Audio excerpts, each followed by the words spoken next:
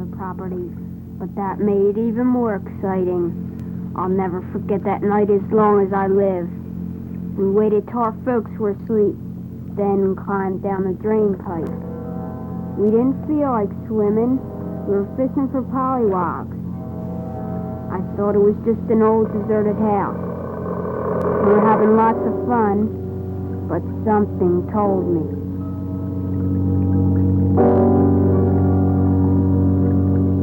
And then I saw it, there on the third floor. I thought I was seeing things, and I called to my friends.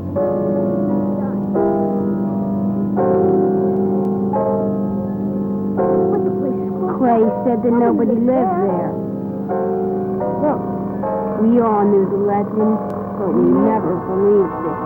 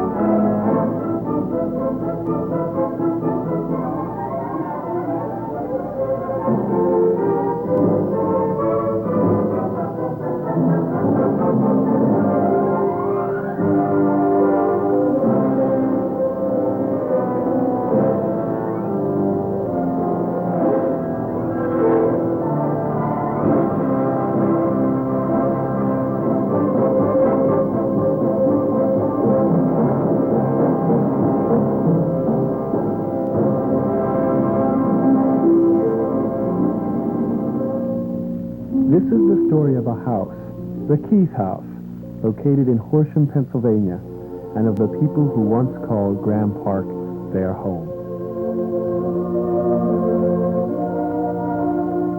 Built by the first governor of the state, Sir William Keith, it bears his name, yet it was not originally intended to serve as a residence. Transferred through marriage to Dr. Thomas Graeme, distinguished port physician in Philadelphia, the building was transformed into an elegant summer home and the property titled Graeme Park. Perhaps its most remarkable resident was a young woman who inherited the estate from her father, Dr. Graeme. A scholar and authoress, her poetic creations bear the pen name Laura. Hers is a story that, in many respects, challenges the imagination. Her very presence is felt, sometimes seen, even today in Graeme Park. But to understand and appreciate her life, we must return to those days gone by when our little suburban community was nothing more than acres of green grass and tall trees.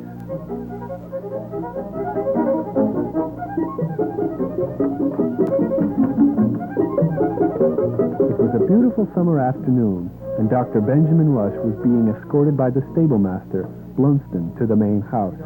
He was warmly greeted by his hosts, Dr. and Mrs. Thomas Graeme, and two of the Graeme children. A pleasant weekend in the country. You could spend a few days with me. And the children. There was little Anne, Little Anne.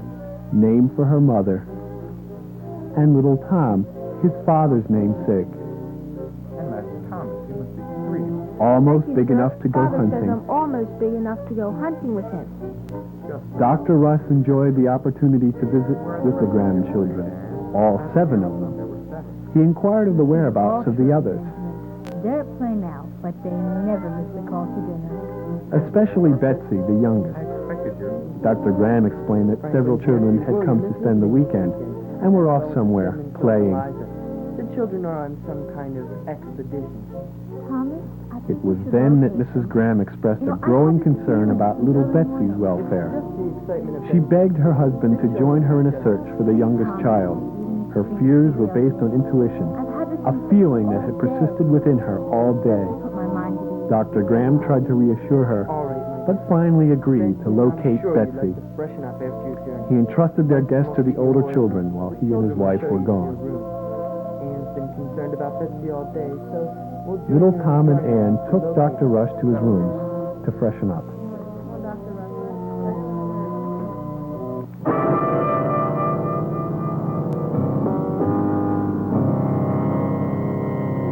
I remember that day as if it were yesterday. Several friends had joined us for the weekend, and we were playing in a grove of trees behind the main house. I was something of a tomboy, and was determined to prove that I could climb a tree as high as Will Franklin, nephew of the statesman Benjamin Franklin. You're gonna get hurt, Betsy. Will was a tease, and he taunted me, Climb higher. telling me boys could climb higher than girls. I'm not afraid. Please, Betsy. No more My falling. dearest friend, I wouldn't Eliza keep going, Stedman, Betsy. was most concerned. She and my sister begged me to come down, I'll just show but you I was before sure you I could climb. match Will at any game. He was so smug, Sweet Betsy. I'm waiting. but that didn't deter me.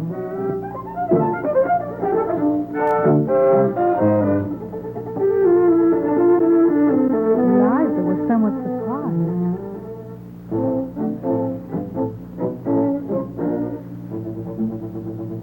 Then, I'll never forget it.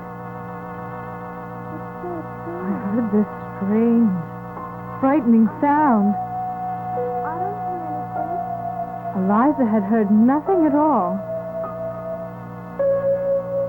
Neither had Will seen or heard anything.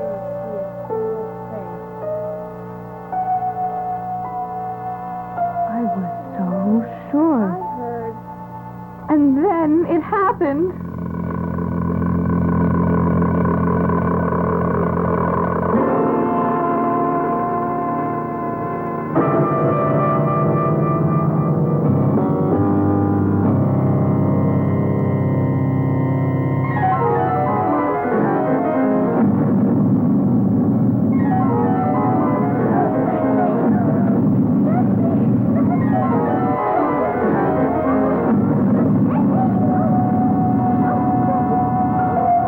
We didn't come down.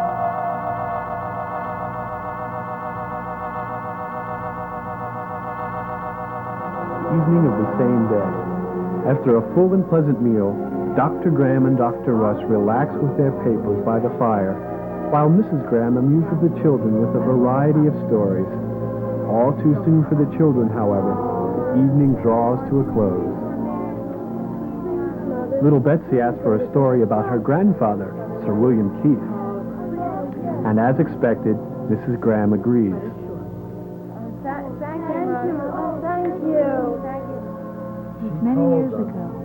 long before you children were born, your grandfather, Sir William Keith, had been appointed provincial governor of the territory by the Penn family.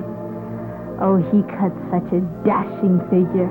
He was the perfect choice for such a position, a true gentleman of quality. We had sailed all the way from England to settle in Pennsylvania.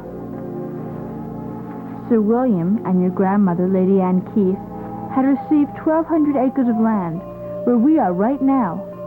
They met with Mr. John Kirk, a mason, to discuss the construction of buildings on the property. Precisely what are you Sir William was very specific. He wanted to build a malt house and a distillery on the acreage. Poor Mr. Kirk. He worried about such extensive construction in an area that was quite removed from the city. To transport the necessary materials is going to take a lot of...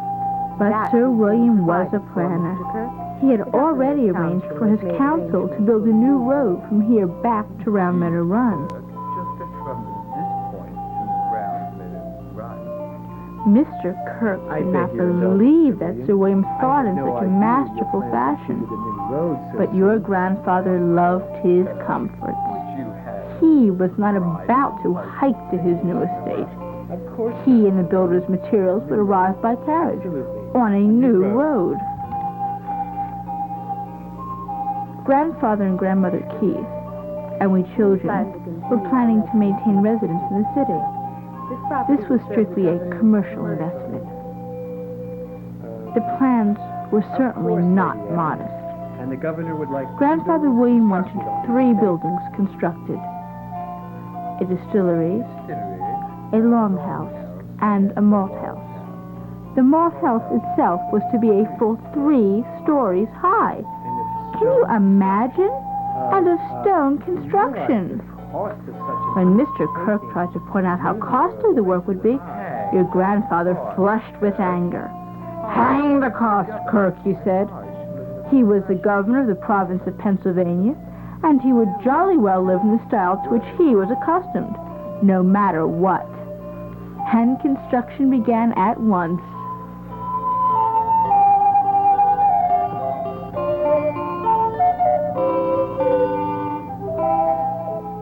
Grandfather William named the property Fountain Low, and the 3 buildings of stone were completed by Mr. Kirk. It was as the governor intended. The country property served his commercial interests, and he and our family resided in Philadelphia. But then, in the year 1726, all of that changed when he received a letter one afternoon. This was not good news. The Penn family had discharged Grandfather William. Your grandmother tried to comfort Sir William, but he was quite agitated. What's to become of us? He cried out again and again. However, Lady Anne was just as certain, in her own quiet way, that the governor would find a position worthy of his stature. In spite of his own misgivings, your grandfather was reassured by his wife's sincere faith in him. And so Grandfather William moved his family from the city to Fountain Low. Your grandmother and we children loved the country, but Grandfather William was never really satisfied with the arrangement. He journeyed to London and made an effort to develop financial interests abroad. Was unsuccessful, and he died in England. Shortly after the Grahams were married, they purchased the land from Lady Keith, and Dr. Graeme had the house completely remodeled into their home. Betsy remembered that then her grandmother had died. The girl then revealed the fact that she often dreamed of her grandmother, which came as a surprise to her mother. Betsy then remembered that in one such dream, Lady Anne entered the child's room. As Betsy recalled the incident, her parents were shocked at the details the child recalled. Betsy was convinced her grandmother was trying to tell her something, warn her perhaps. Dr. Graeme interrupted. It was bedtime, and Mrs. Graeme called for their servant, Mrs. Boswick, to take the children and their young guests up to bed. They're all made up. Come along.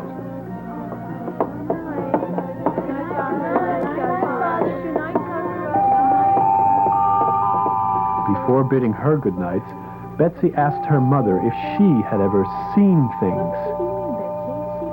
The child compared it to dreaming while you are awake. Mrs. Graeme revealed that both she and Lady Anne had experienced sensations. But what was Betsy driving at? So did your grandmother. Why do you ask? It was then that Betsy started to tell what she had seen from the tree that afternoon. But again, her father interrupted. He was certain that Betsy was simply tired and excited, nothing more, and thus sent his little girl off to bed. Yes, Father. Good night, Mother. Good night, my sweet. Good night, Father. Once more he tried to reassure his wife, but she was not so certain. I remember that evening. I started for bed, still thinking of what I had seen from the tree. Somewhat uneasily, I stopped by our beloved clock. And Lunston, the stable master, caught me by surprise. Evening, Miss Betsy. I know he disliked Begging me your pardon, as much Dr. as I Graham. disliked him. Animals are all bedded down. He checked with my Anything parents, else this evening? then bade them a good night. Good night. So Good night, mannerly, Mrs. Graham. so polite. Good night. Even a good night for me. I began to wonder if somehow he was not related to my vision. Up to bed, Betsy dear. Yes, Mother, I called. And again I started for bed. The house I loved.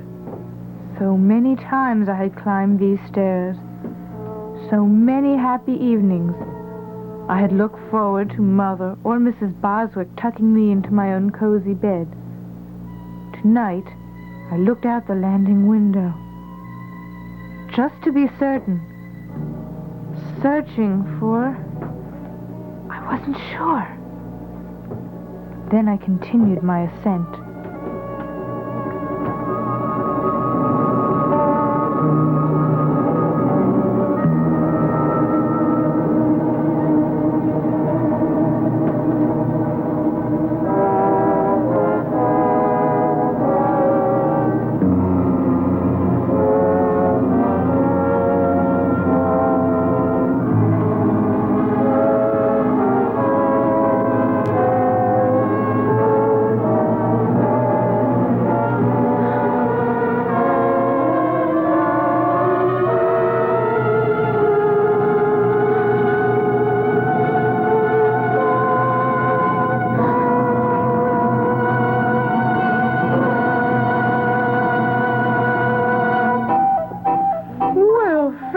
Filled with more devilment.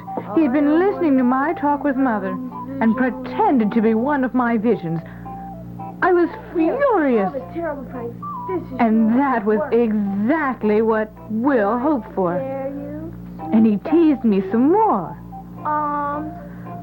I would have chased him clear to Philadelphia if I had to. Finish with you that she will be your shroud.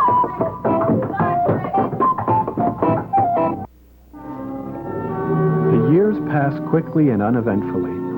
Little Betsy grew into a lovely teenage Elizabeth Graeme, and her mischievous childhood playmate became a youthful admirer. William Franklin and I had been keeping company for several months. There you go. In many Make ways, fun of he my was poem. still something of a tease. At the time, I was serious about writing and about William. He was quite amorous, I believe you. but I often wondered if he was as sincere in his feelings about me That as I felt toward him. marriage vow? I wanted to marry. He said we would when he finished studying law You abroad. know how I feel about you, William. I was embarrassed by my feelings. But William was so smooth, so polished. He was starting to shower me with compliments that afternoon when Eliza Stedman interrupted. Father had sent her to find William. He wanted to speak to him. Stray too far, I shan't. William was mildly annoyed, but promised to rejoin us by the pond. Dr. and Mrs. Graeme had been watching their daughter from the office. And how to say it. Don't excite yourself. At the time, Mrs. Graeme was troubled by a persistent cough, but she considered the matter of such little importance that she ignored her poor condition to meet with William Franklin and her husband. William, I'll be brief and to the point. Dr. Graeme came right to the subject. Elizabeth. Relationship with our daughter. He expressed the mutual concern of his wife, himself, and Franklin's Uncle Benjamin. I have serious concerns about you and Elizabeth. William was surprised. The Graemes felt that William was older and much more sophisticated than their youngest daughter. For that We reason, don't want they your bluntly friendship told to William develop into they anything did not serious. want his relationship While we with value you Elizabeth as a close to friend our continue. family, your interests, your style of life are somewhat beyond. We like you. William not only but you're agreed in immediately, many respects he more seemed quite mature than grateful, Elizabeth. which surprised both Graemes. He then confided that he merely wanted to be friends, but that Elizabeth was the one with the more romantic ideas. That shocked Mrs. Graeme. Elizabeth has. But William stated that he would be leaving for England soon, and Elizabeth would no longer bother him. Young Franklin, having proved himself more of a cad than a gentleman, then excused himself to keep an appointment in the city, leaving the Graemes, hoping and praying that their lovely Surely Elizabeth is was in not love with really that in love egotist. with such a heartless don't know. egotist.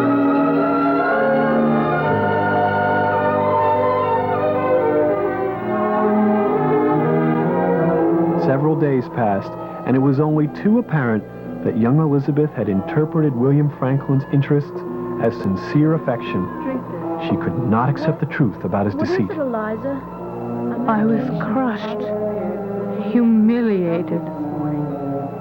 For days I wandered in a dream, unwilling to believe. Eliza brought me a potion Father had left before he went to Philadelphia that morning, and insisted I take it to soothe the headache and sleeplessness that had persisted for days. I relented and drank it. Why not come along to bed? My dear friend then tried to encourage me to retire. won't be home for a while. Everyone else had gone to bed, You get some rest, Eliza. but I simply appreciate your wanted to be alone. But I'm really feeling I assured her that I would be fine and told her to go along to her room. No, thank you, She offered to stay, Go ahead up to your room and rest. but I wanted solitude. I again told her to go along. I expected to retire shortly. Eliza finally left me to my thoughts. Whether it was the medication, my misery, or the storm brewing outside, I felt rather cold. The room was turning to ice, and my head was spinning. It seemed so strange. Everyone was gone. I was alone, but suddenly I felt the presence of another. I had heard nothing, only the wind outside. It was what I felt within me, there in that room. I was not alone. They were after me again.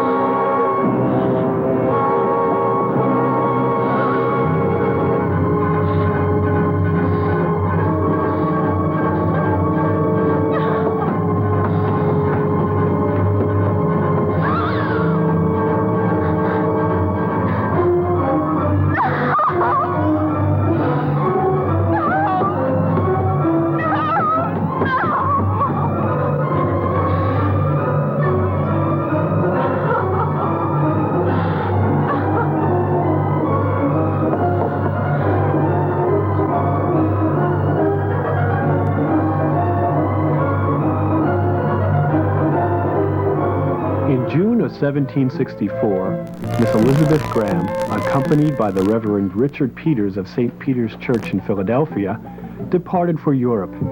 The trip was intended as a recuperative journey, and while abroad, she was attended by Dr. Fothergill.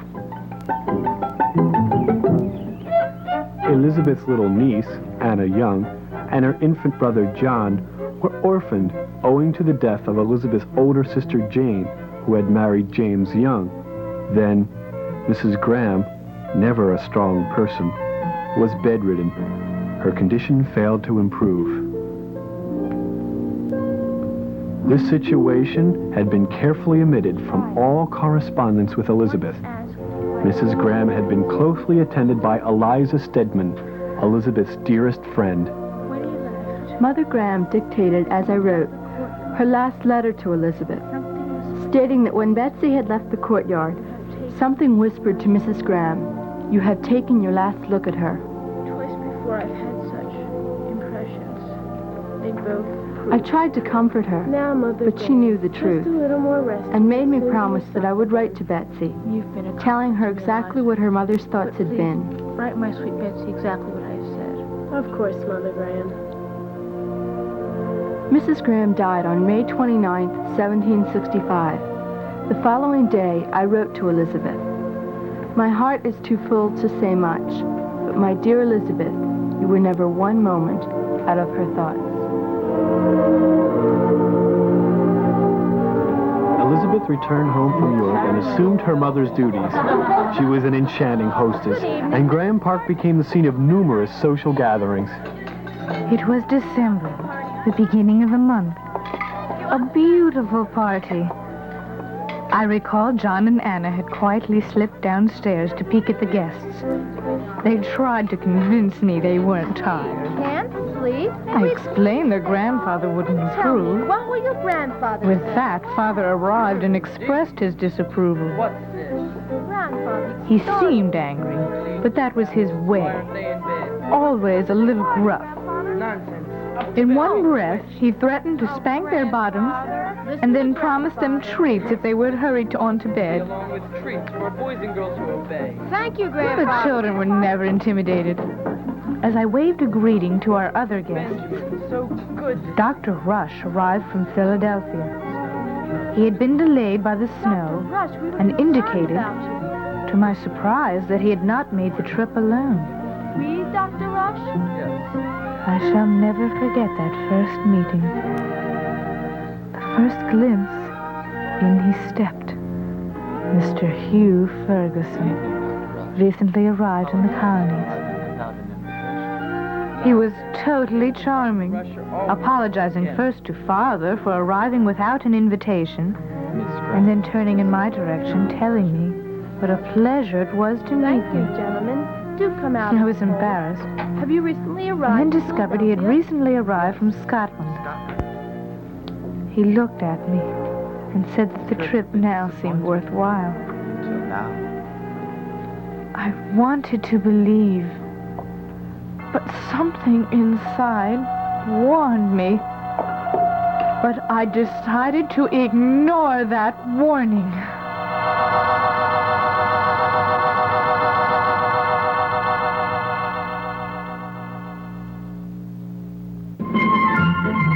Springtime, 1772. Little John and Anna Young flourish under Elizabeth's guidance and find happiness with children from neighboring country homes. Elizabeth herself has made a discovery. Since their winter meeting, Elizabeth and Hugh Fergusson have seen a great deal of each other and fallen deeply in love. I'm no longer a child. I know that. But Elizabeth's father disapproved. Why can't I make up my Elizabeth was adamant, believing her father wrong. Nothing about it. And unable to understand her feelings, Dr. Graeme was equally firm in his convictions. He did not approve of Hugh Fergusson. The children will. But I don't care. I'm not ashamed. I don't doubt He it. did not doubt his daughter's feelings, but he was unsure of Ferguson's sincerity. Elizabeth was deeply in love. The right While her father claimed that Hugh Fergusson was not the right man, thing more than a fortune. and that even Dr. Rush shared in that belief, Elizabeth was unmoved. I do, in spite of Dr. Enough. So Dr. Graeme forbade Elizabeth to see Fergusson and ended the matter. Heartbroken, Elizabeth summoned Eliza and asked her to watch the children while she ran an errand. Eliza, her close and trusted friend, understood and was happy to help. Elizabeth appreciated the gesture and wished aloud that everyone else would understand.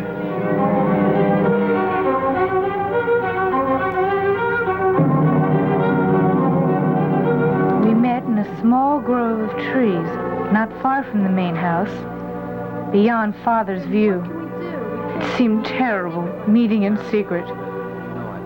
Hugh proposed to me. As much as I was torn. how could I? How could our marriage solve anything? Hugh was convinced that once we were man and wife, Father would have to recognize our love for each other. Break my heart. I was hesitant, but Hugh insisted he loved me and we must marry. I could not bear the thought of losing Hugh, but I was so unsure.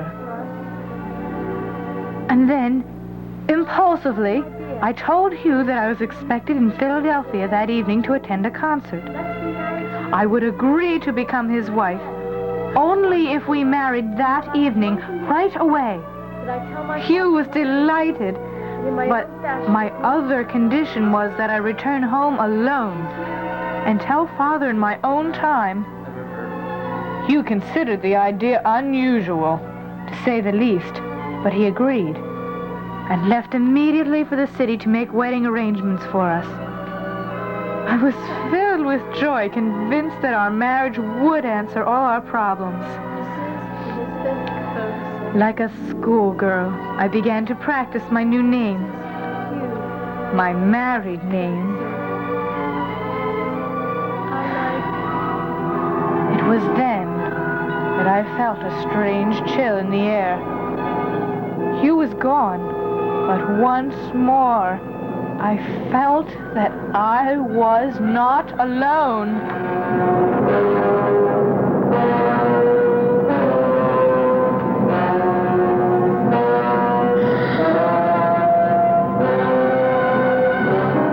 Who are you? What do you want of me?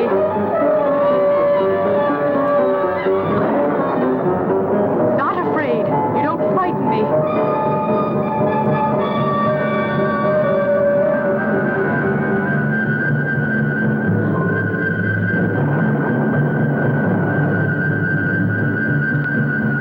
Miss Elizabeth Graeme and Mr. Hugh Henry Fergusson were united in marriage on April the 21st, 1772, at Old Swedes Church in the city of Philadelphia.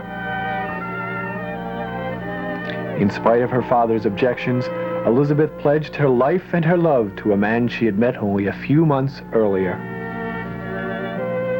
Elizabeth was convinced that she had done the right thing. Her family's displeasure, her strange visions, all would be a part of the past. A few minutes after the ceremony, they hastened to begin their lives as man and wife.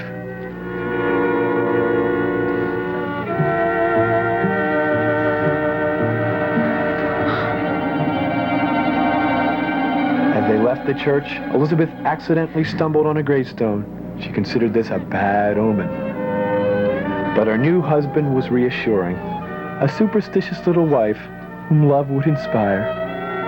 Hugh Fergusson would remain in Philadelphia. Mrs. Elizabeth Graeme Fergusson would return to Keith Mansion and the task of informing her father of their marriage. But her courage faltered. Weeks became months, and Elizabeth and Hugh lived apart.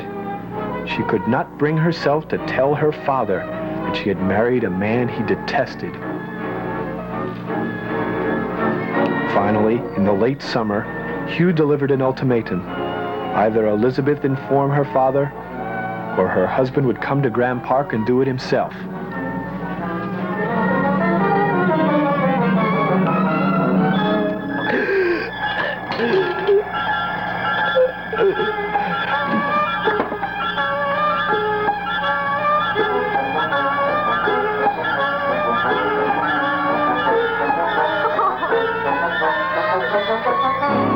Friday, September 4th, 1772, Dr. Thomas Graeme died in his daughter's arms, never knowing of her marriage to Hugh Fergusson.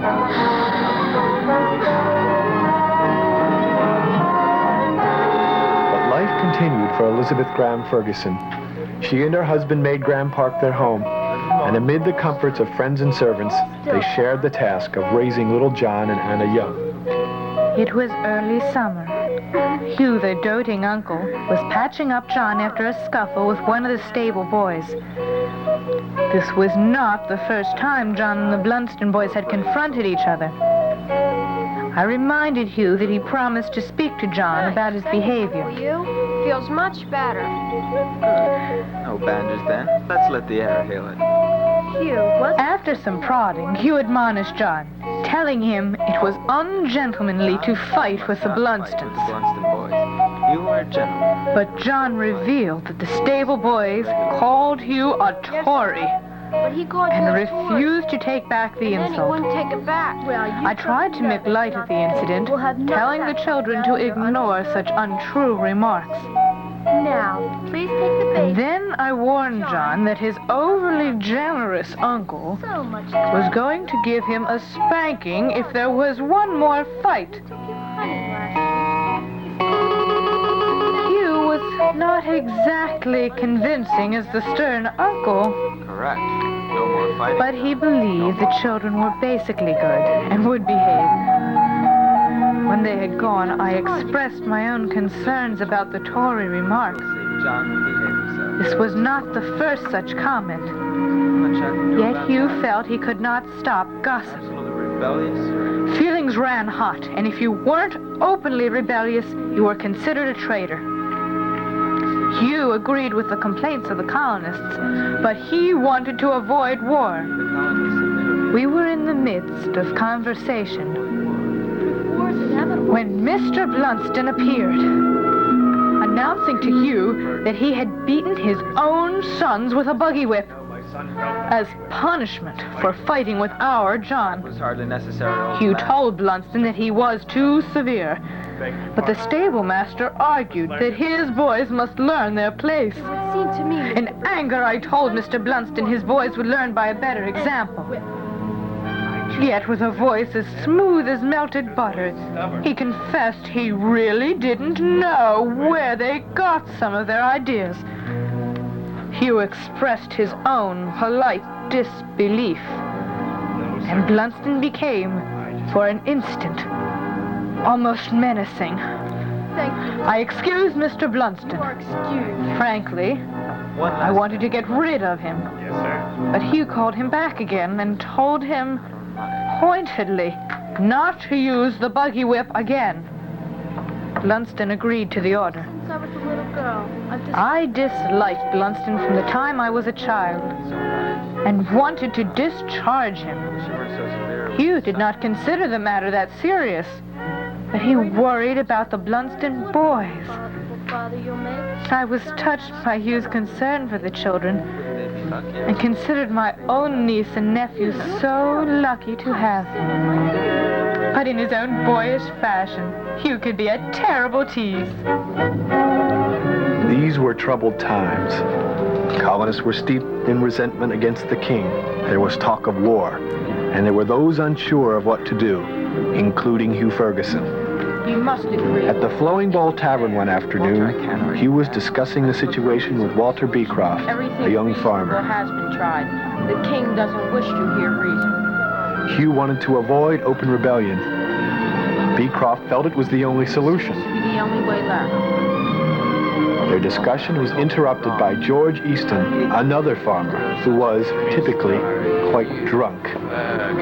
He spoke directly to You know Fergusson. my name, Mr. Easton. I invite you. Easton ordered him to raise a toast to the independence of the colonies, You're drunk, Easton. and then branded Fergusson as a filthy Tory coward. Filthy Tory coward. Go away, Easton. Hugh quietly told Easton to leave, and Easton refused. Beecroft rose to separate the two men. You said you don't approve of fighting. He reminded Hugh of his pledge to avoid violence and admonished George Easton that the magistrate had promised to throw away the key if there were one more drunken brawl. Then who will feed your family? Once more, Hugh Fergusson narrowly avoided a direct confrontation because of his unpopular beliefs.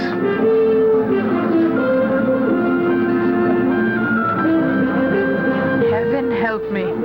I shall never forget that awful day. Eliza was reading a letter to me from a mutual friend about events occurring in New England. I told her we would be going to war. Soon, we would see a bloodbath. Eliza worried about us. For myself, freedom was worth the struggle. But Hugh had seen battle in Europe. He felt differently about going to war to settle an issue. As far as I'm concerned. While we were talking, little Anna came on the run, screaming and crying, pleading for help. The stable boys, both of them, trapped John in the barn. Lunston was drunk. He made no effort to stop the children from beating John. I told Eliza to locate Hugh, while Anna and I headed for the barn.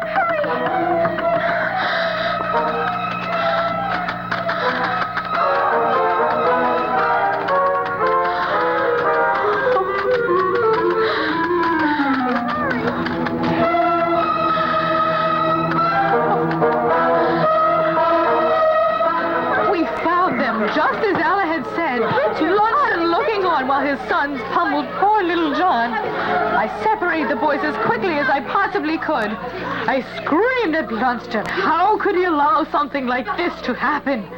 His speech was slurred. He was laughing at me. I called him names and berated his drunken condition. Suddenly his attitude started to change. His eyes glazed. He admitted to drinking, but swore he wasn't drunk and resented my calling him names. I was too angry to see his growing resentment. My mind was made up. I told him to pack up his belongings, his children, and get out. He drew himself up and told me he wouldn't leave. He grabbed me and went on about my name-calling. He called Hugh and I Tory traitors. That was too much. I drew back and slapped him. In a rage, he grabbed me again, demanded that I apologize to him. Yes, little John rushed to my defense, and Blunston grabbed him. I rushed to free the boy, but Blunston struck me, knocking me back. He threatened the boy, then told his sons to bring the whip. He obeyed. He drove me back. I was helpless. John was courageous. He spit right in his eye. He was free for an instant, but now Blunston was furious.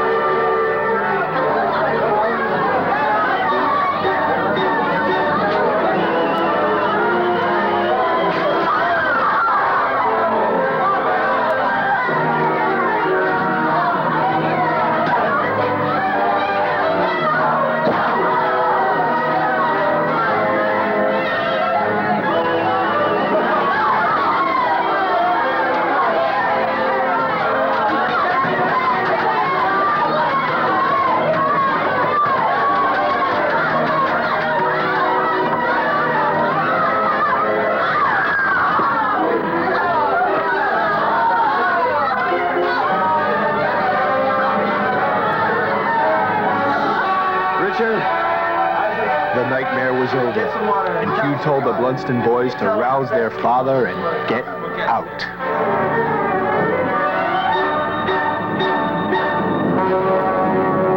A few days later, Hugh Fergusson packed some personal belongings and prepared himself for a sad goodbye. The situation had reached the point of no return, and he felt it was in his wife's best interest that he leave Graeme Park. This was a decision Elizabeth found hard to accept. But I don't want you to go. But Hugh felt he had become a source of embarrassment for her.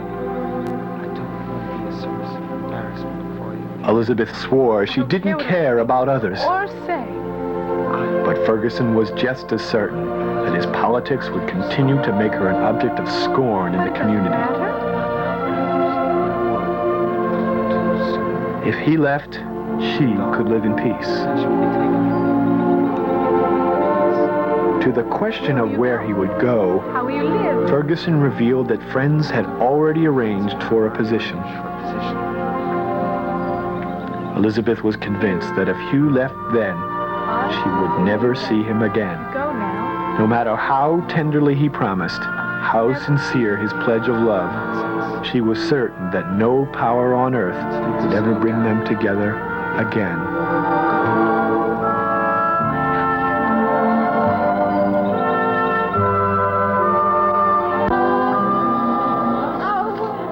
Hugh Fergusson left and secured a position as Commissioner of Prisoners for King George. Elizabeth remained loyal to the colonies. In spite of her husband's differing viewpoint, Elizabeth held to her own beliefs that the colonies should be independent.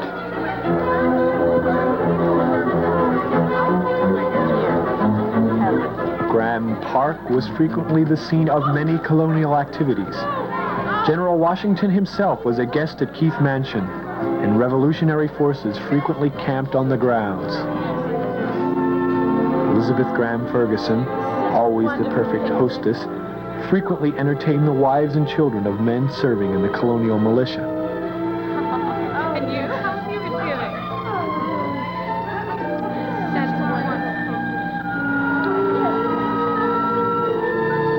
At such gatherings, the talk naturally turned to the men from the area who were engaged in the fighting and missed by their loved ones. Those who came to Graeme Park generally appreciated the hospitality. They knew that Elizabeth herself was loyal to the cause of independence, but they realized she still loved her husband, no matter what his beliefs. But realizing how someone feels and understanding are two different things. Some relationships were very strange. Adults are usually tactful about such things. Oh, please do. But children tend to be quite direct. John and Anna Young were occasionally taunted. Oh, yeah, so what? In spite of their aunt's reputation, if their uncle was a Tory, then so were they. Your uncle's a Tory and that makes you what? John always discussed such matters after the smoke had cleared.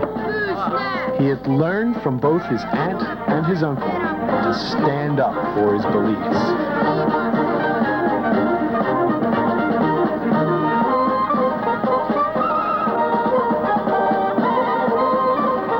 When the dispute between the colonies and Great Britain broke into a full-scale war, Elizabeth Graeme Fergusson did not limit her activities to mere social gatherings and the billeting of troops.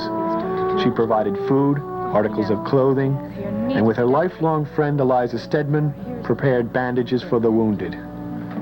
Because of her husband's politics, there had been some talk of Elizabeth being a traitor to the cause, but her friends and her unselfish contributions soon put an end to such gossip. At first, Hugh Fergusson wrote often, but as time progressed, she heard little from her husband. When the tide of battle shifted, he returned to Europe. It was said that he went to Flanders and served as a soldier there.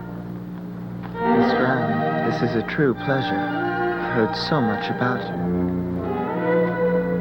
Thank you, Mr. Fergusson.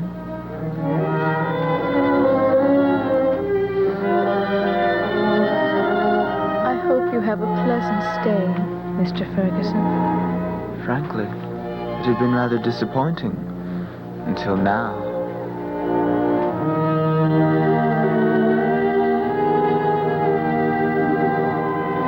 The remaining years passed easily. Still a revered member of the community, Elizabeth was sometimes referred to as Lady Fergusson. She never again heard from her beloved husband. She had the comfort of her friend Eliza, but her niece and nephew were gone. The children she had hoped for had never been. Surrounded by friends and neighbors, but in many respects, alone.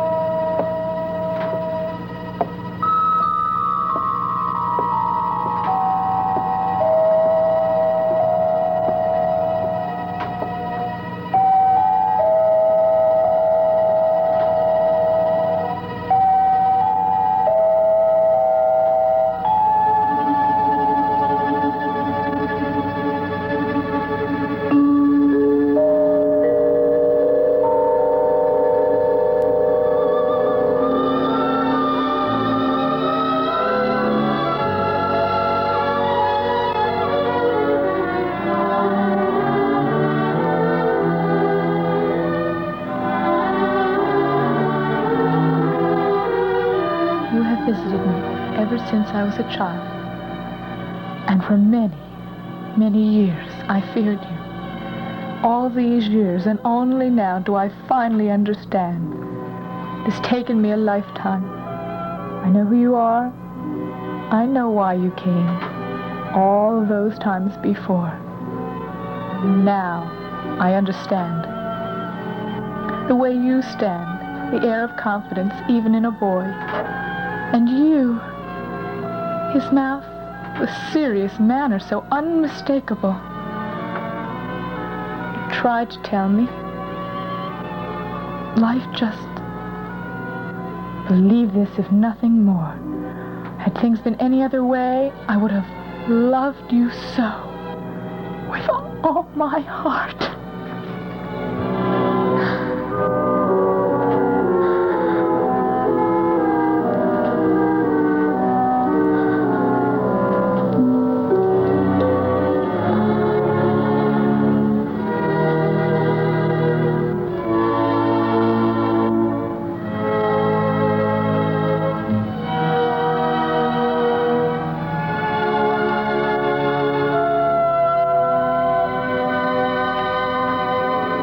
Elizabeth Graeme Fergusson died on February 23, 1801, at the age of 60 years.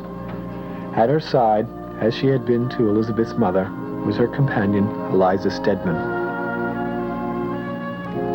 As she had requested, Elizabeth was laid to rest by the side of her parents in the enclosure of Christ Church in Philadelphia. Eliza Stedman composed the epitaph for her gravestone. Elizabeth Fergusson, a true sympathizer with the afflicted, daughter of Thomas and Anne Graham, wife of Hugh Henry Fergusson. Eliza caused this stone to be laid and waits with resignation and humble hope for reunion with her friend in a more perfect state of existence. She was gone now, laid to rest, free of earthly cares. Or was that the case? What follows is the beginning of a legend that has continued to the present day, fact or fantasy. You decide whether this is truth or fiction. 1801, early spring.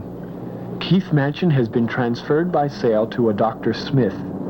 Eliza Stedman has requested and been permitted to gather a few personal belongings of Elizabeth Graeme Fergusson. Except for herself, the house is empty.